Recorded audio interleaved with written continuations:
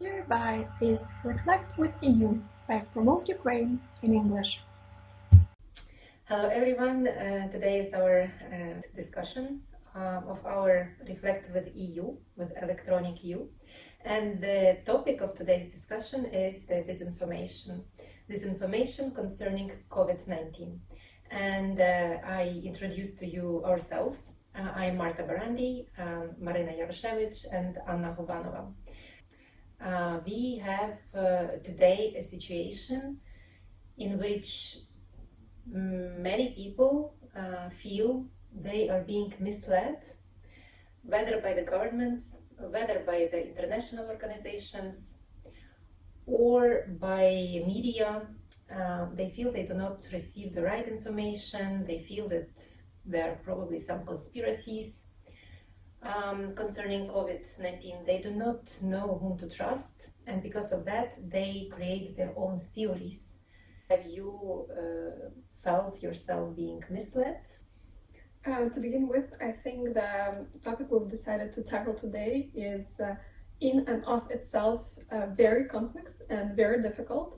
And obviously, COVID-19 has complicated things even further. So by no means we're gonna be able to exhaustively address the issue today, but I think we will just aim to expose a few things, few tendencies that call our further reflection and consideration. So for me, I think that Mr. Tedros, who is Director General of World Health Organization, has coined it correctly that we face not only the pandemic, but we also face infodemic, which means the access of truthful and untruthful information in which we are just floating. So we cannot pick and choose which information is correct and which is false, which is wrong, and it poses a direct threat to us, or it has severe repercussions and kind of consequences for each and every of us.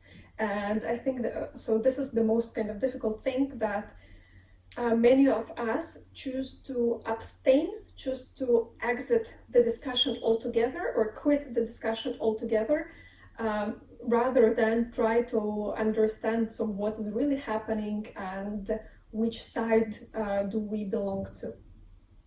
Anna, we all know that you are specialized in economics. Do you feel that the disinformation concerning COVID-19 has also impact on economics, and if so, how? Definitely, and I think that the first thing that actually I felt personally is that this uncertainty that disinformation creates. For instance, when the lockdown was imposed, it was until April 1st, April 10th, or whatever. It was a 3-week process, and so businesses had to adjust to that. In terms, we're going to resume our normal activities to that point, and the same happened with airlines canceling their flights and providing vouchers in order to keep the liquidity of the companies going.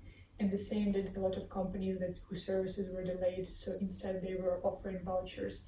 But as of course the crisis was continuing, a lot of businesses had to postpone with different information sources saying that, okay, international travel will be allowed from this point, normal operations will be able to start from this point across different industries. And in the end, it created such a bubble for businesses not actually be able to coordinate their budgets, their finances, and actually to orient when they will be able to restart functioning properly, and especially touch the services industry, as you know, the restaurants and different cafes and bars, and of course wedding agencies, events agencies, and so on and so forth.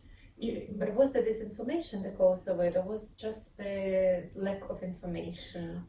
Maybe lack of information, but also for personal reasons, I was reading when something's going to open, something will start, every media would say something else because the information was built on assumptions, and in the end you don't know what to believe, because one source says that technically you can still take trains to Netherlands, or you can transport your goods to Netherlands, but on the actual website of Netherlands the border control, it would say that no, it's not possible.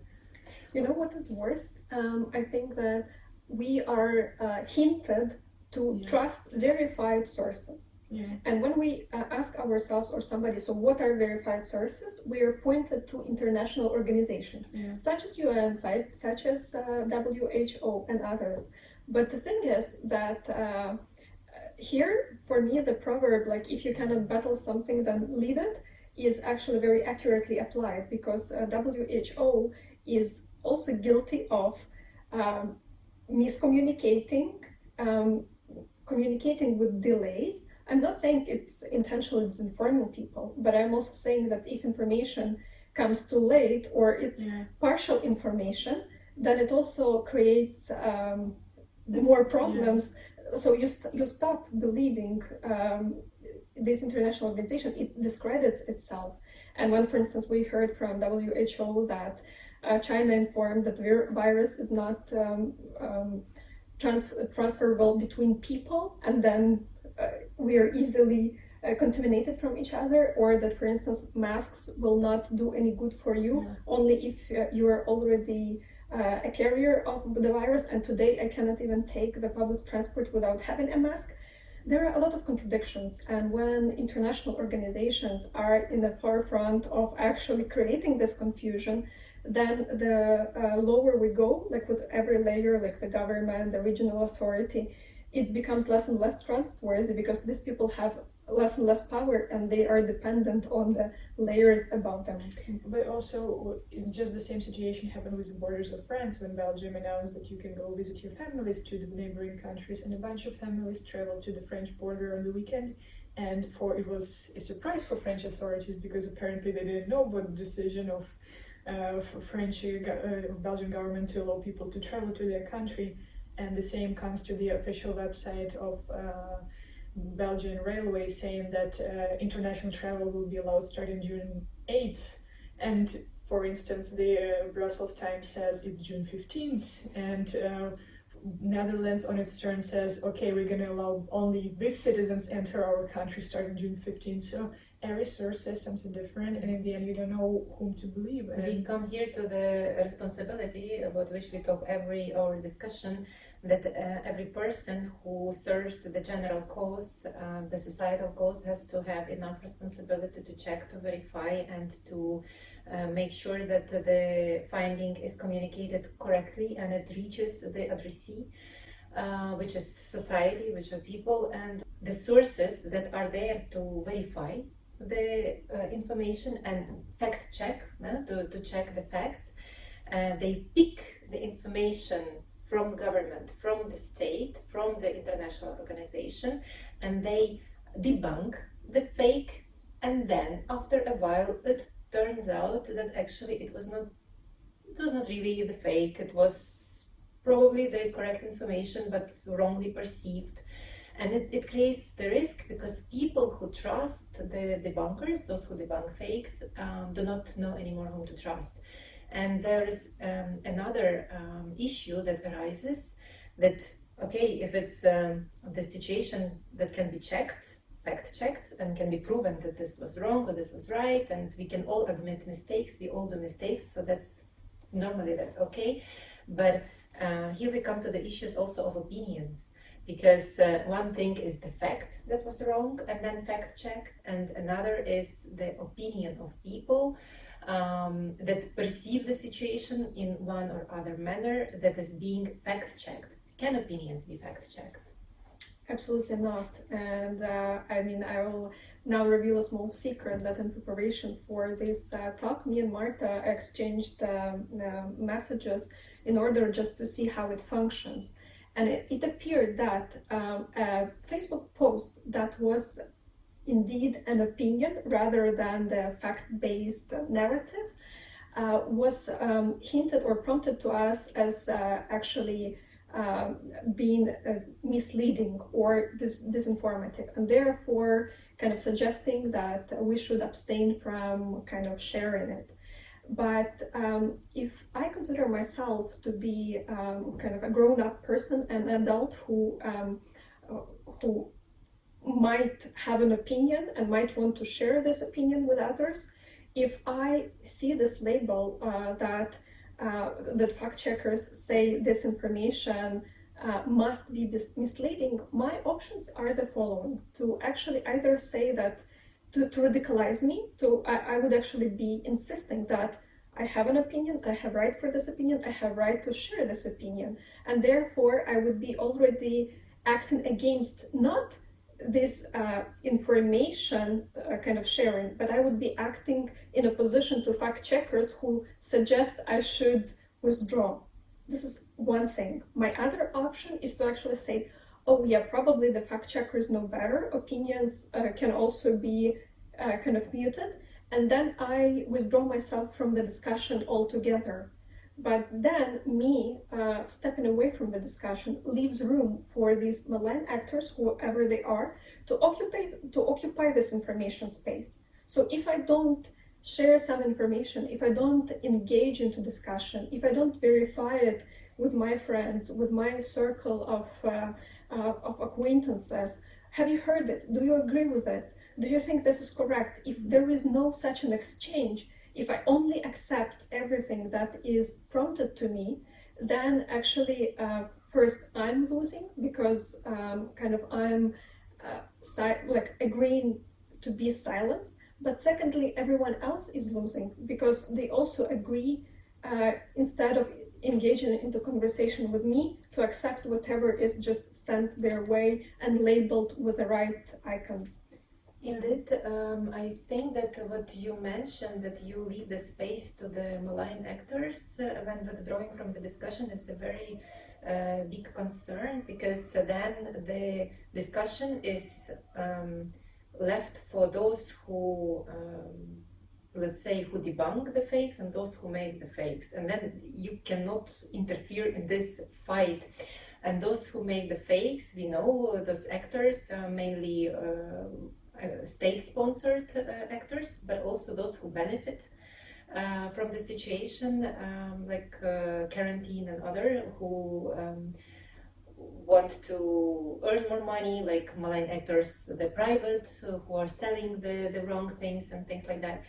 So actually, when we withdraw, we just watch. We are audience and not the participants. Yeah. But also, as it was mentioned, this risk of the opinion not only be debunked as, for instance, a wrongful opinion, but maybe a fake, such as, for instance, that the virus was fake and was created by people and was created, as for instance, Kremlin say by Western world, as Western world says it was created by China, and so on and so forth.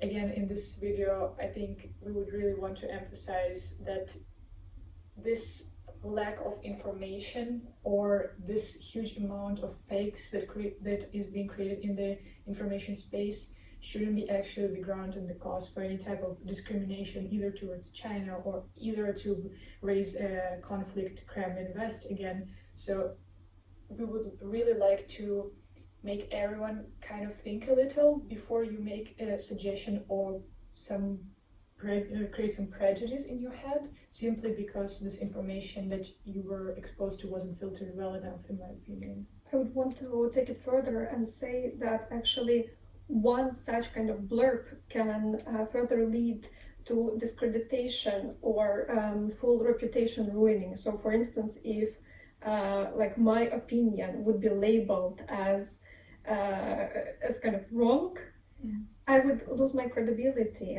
vis-a-vis all my followers, let's say, and then to whitewash my reputation would be almost impossible. So we've already been witnesses to situations where journalists who were trying to actually distribute the information were just blocked, their accounts were blocked, and it was very difficult then to restore it to the point zero, let alone gain more traction and be perceived as is actually a kind of a warrior for truth. Therefore, I think this is very important to now kind of continue this discussion, and obviously we have to adjust our methods, but we have to, as a society, to adjust the methods in a way which would be helpful and effective and fruitful, and not lead us to the opposite. So you will obviously do your own conclusions, but if I had to share a few of my thoughts how to deal with the situation on the personal level, not what the governments, organizations should do, but what we personally should do, I think we should retain our right for reasonable self-expression. And also, retaining this right for ourselves, we should also grant everyone else the same right. So everyone else is also allowed to express their opinions. And even if I disagree with this, I don't need to be aggressive or actually label the person or silence or aggressive and label that, oh, you're a troll or you're a Kremlin puppet or like you're trying to sow some discord. No, you're just trying to probably reason and find arguments. And if my arguments are stronger in the discussion, in the intellectual and high-level discussion, good for us. If my arguments are weaker, good for you. But it's good for us anyway, because we are keeping the high level of discussion and we are supporting it with our opinions and arguments, and not just by emotions of hatred and likes and dislikes. So what you encourage, Marina, is respect and trust, because by saying that I trust you, that you are not a Kremlin puppet and you are not just a troll, it means you respect the person and person's opinion, and you believe that the person doesn't have a malign intention or a wrong intention or bad intention to lead you to confusion. So because we have to admit that the disinformation exists, and that the disinformation from the Kremlin, from China, from other actors, and this disinformation comes from different sources, and even people share it unintentionally.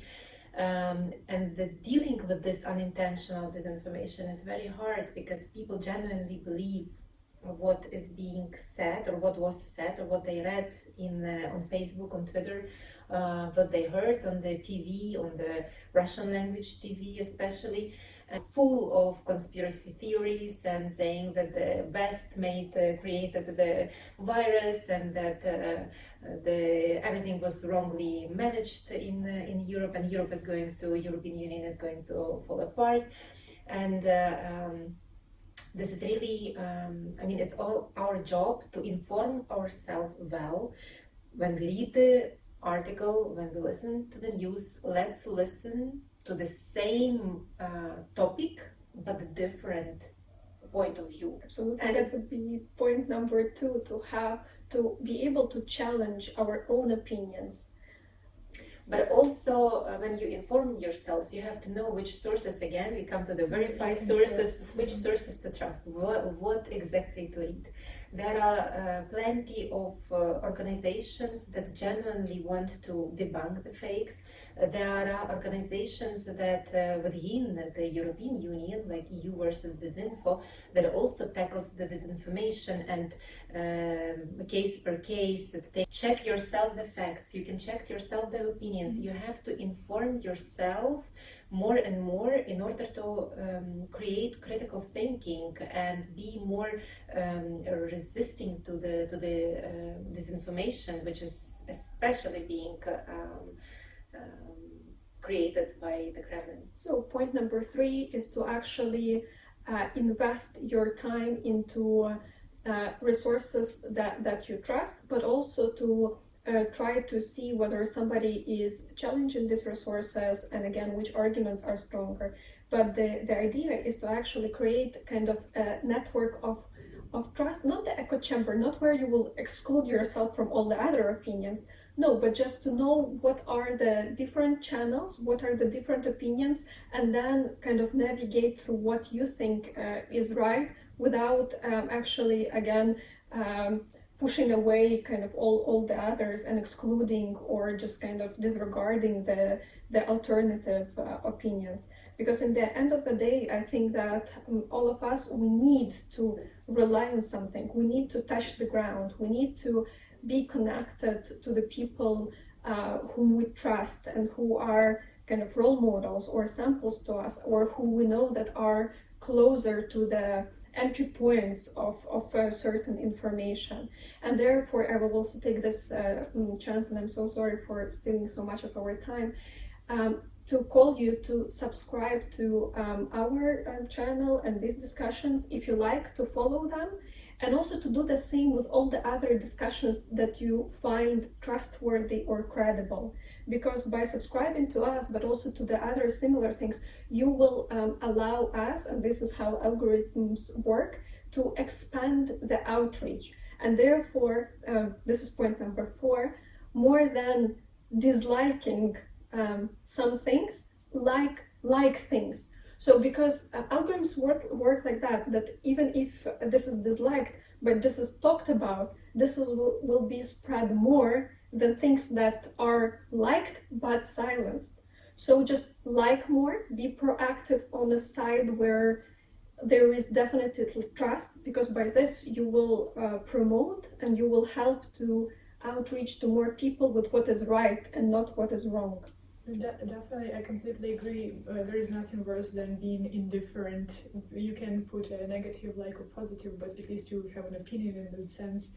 You will be a participant in this information field.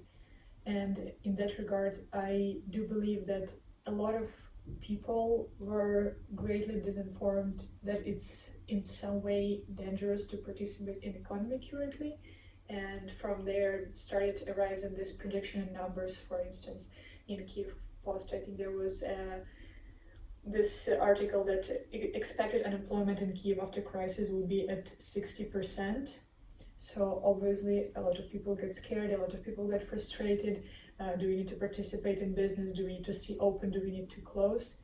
But I think that what you were saying, it's important to develop critical thinking, to actually surround yourself. For instance, if you're a businessman in Ukraine, you wouldn't want to read Kiev Post or I don't know, some source that posts information for general viewer to scare them or to bring fear from the government that you need to stay at home, you need to stay safe. Try to find a source that's going to bring you a reasonable outlook that oil prices are dropping and this is happening, these are restrictions on import-export, and therefore you will find actually possibilities for yourself, not only be a participant of a righteous information field, but also be able to find a way to actually participate in economy, to find ways to make a safe change or to transfer your business to, for instance, digital payments, which is written a lot about in Economist and Financial Times and all these business outlets, right? And I think this is what will actually push business forward if people actually start reading more about opportunities and chances rather than surrounding themselves with these fears like I'm scared to go to work because I'm gonna get corona and die. In every crisis lies an opportunity, and I think that for today we touched very slightly upon disinformation, and I believe that we will still touch upon this topic several more times in future because it won't disappear. And especially the state-supported disinformation is going to appear more and more, and we have to be resistant to it. Thank you for being with us. Like, share, subscribe, and stay tuned.